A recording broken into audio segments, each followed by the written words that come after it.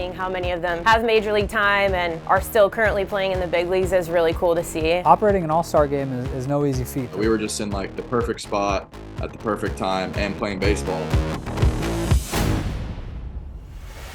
2017 team was ridiculous. We get Pavin Smith, we get Dalton Varsho, we get Drew Ellis, three of, I think, the top 60 some odd picks that year. And it is gone. Dalton Varsho's first professional home run. And Pavin Smith in there with a stand-up double. 5-3 Hillsboro. That's a shot up the middle. That's a base hit for Camden Duzenak. I remember the day that those four guys showed up. Varsho, Pavin Smith, Camden Duzenak, and Ellis. We always kind of knew that we were going to be a part of the same team going up since the first season. Kind of a cool feeling knowing that we were all kind of going to be sticking together and hopefully all be able to get to the big leagues all at the same time. Dalton Varsho, that one's going to go way back and gone. See you later, Pavin Smith. Number 6 for Pavin.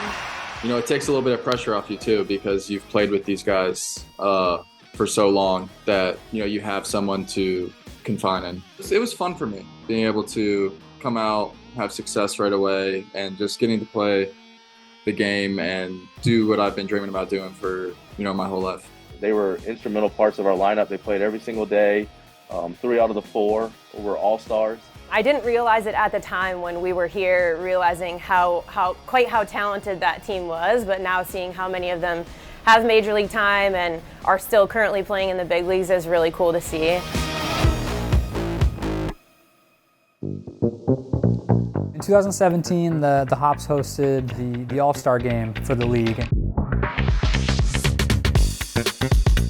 So the All-Star Game, I'll just right here, still near and dear to my heart, literally over my heart. At the time, it was actually a Northwest League versus a Pioneer League All-Star Game. So the Pioneer League was predominantly Montana, Wyoming, Utah, sort of inland a little bit, if you will.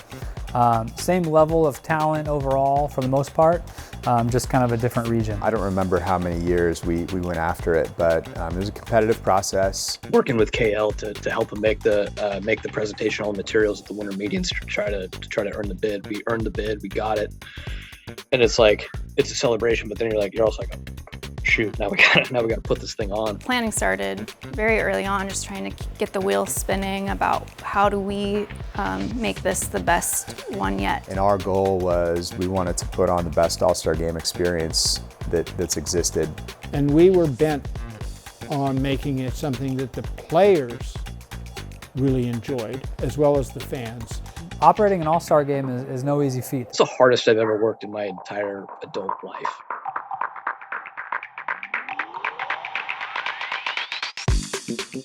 It was 3 straight days, and it's not like this was before or after the season. This was in the middle of the season, the middle of the heart of the season. So our team banded together tremendously. There's a lot of coordination with players flying in from all over the place, staffs flying in from all over the place. But that whole experience was really just tremendous and a big drawing point to me, knowing that I was going to be getting to work an All-Star Game as an intern. We knew early on we wanted to do a 3-day event. We do beer pretty well here, so we had a beer tasting, a beer fest with some local acts performing on the field. The fan fest that we had for the All-Star Game the day before, and having a stage on the field, and the fans that were there, and getting introduced to all the players, and some of those players have filtered up to the big leagues. Fortunately, we have partners like Nike. Having all the attendees go to the Nike World Headquarters and have our reception there with the players and executives from around the Northwest League, but also the Pioneer League at the time. It was great. They put on a show. They did a great job of obviously showing everybody kind of how cool Hillsboro was, and I know that everybody obviously got to go to the Nike outlet store, which is everybody's kind of favorite thing to do. Taking the tours, like the players were like, most of them haven't been able to access something like that. I just watched that movie Air about Nike, and with Ben Affleck and Matt Damon, and just seeing the campus, how it was and how it's transformed is, super cool. You take a lot of that for granted when you live here, but seeing it through someone else's eyes is pretty exciting. So the day of the All-Star Game kind of came around. It was hot. it was like 100 degrees. So much fun. Normally we would have like 4 or 5 media members on any given day. That day we had 30 or 40, so we have, you know, additional space, additional routers, additional internet capacity, additional Diet Cokes, because writers just love Diet Coke. The Home Run Derby was an absolute blast. This place is loving this. Neil Everett emceed the event. We had never run a home run derby before. We had no idea what was about to happen, and it was just a disaster. But no one really knew.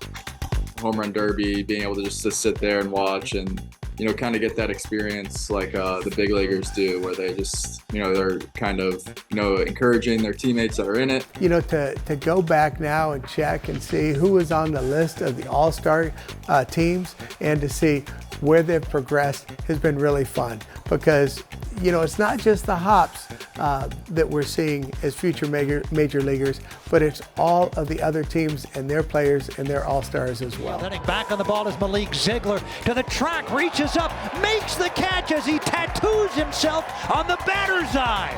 What a play by Malik Ziegler in center field, putting on a show in the All-Star Game. You know, finishing off at Topgolf was a very fun experience. You know, kind of just more of the hanging out. Halfway through, the machine that carries all the golf balls from the field went a little berserk, and it went to golf balls flying everywhere. And I remember hiding behind a pillar trying to not get hit by a golf ball. It was pretty cool to see it all come together. Then we got a day off, and then we went back to an 8-game homestand right after that. With Major League Baseball basically running the minor leagues now, to this point anyway, All-Star Games haven't been something that they've set up. And I think that's something that's missing. It's a great mid-season celebration of these players that are having great years.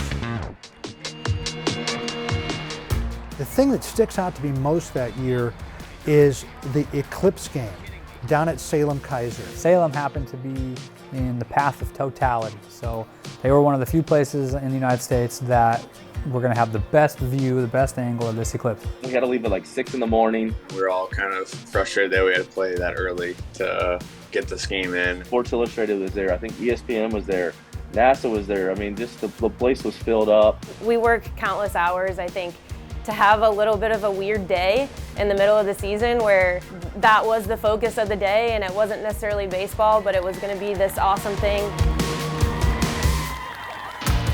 Yeah, it's just something that's like a once-in-a-lifetime experience. We talked to the umpires, and hey, we're going to play as long as we can, and whenever you feel like it's going to hurt our eyes, let's shut it down. We came out and scored 6 runs. Obviously, I remember very fondly of hitting a homer before and after the solar eclipse, and it's a pretty cool thing because I'm pretty sure there might be a trivia question eventually out there. He had a home run before and after an eclipse in the same game.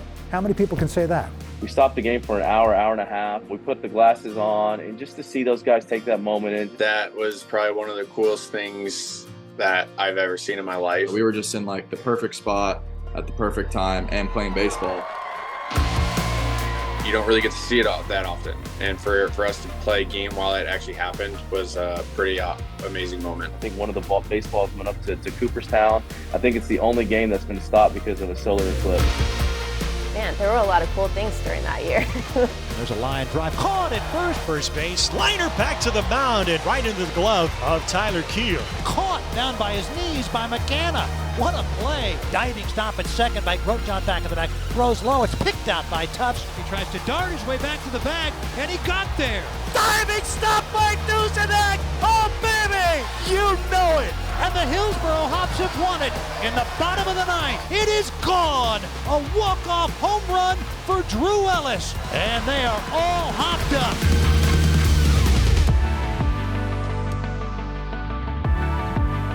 At the end of every minor league season, you create such good bonds with these guys that nobody really wants to leave. Especially when we had a chance at the championship. Yeah, that was the first time I'd ever been in the postseason, so I didn't really know what to expect. Went up to their place, and they took it to us. And congratulations to the Eugene Emeralds.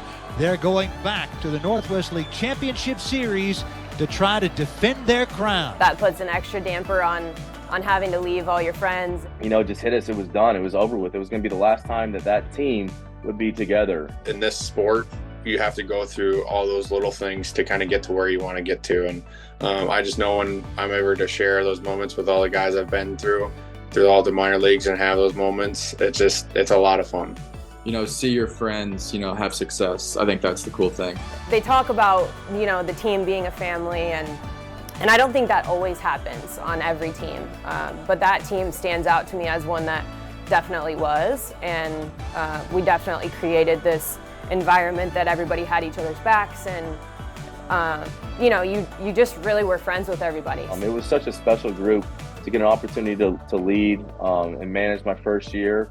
And you knew those guys were going to get called up and go on to the next level the next year. But there's always something you can learn from that season and what you need to take care of and being able to be ready for the next season. You just understand how hard it was and understanding how fun it was at the same time. A funny story was, I got done talking to the guys and say, if you need anything this off season, call me. Mike Parrott got on and talked to the guys and thanked them for everything they did. If you need anything, call me. And Franklin Stubbs, it's his humor he was. And hey guys, it was a great year. I really appreciate everything. And if you need anything, just don't call me. So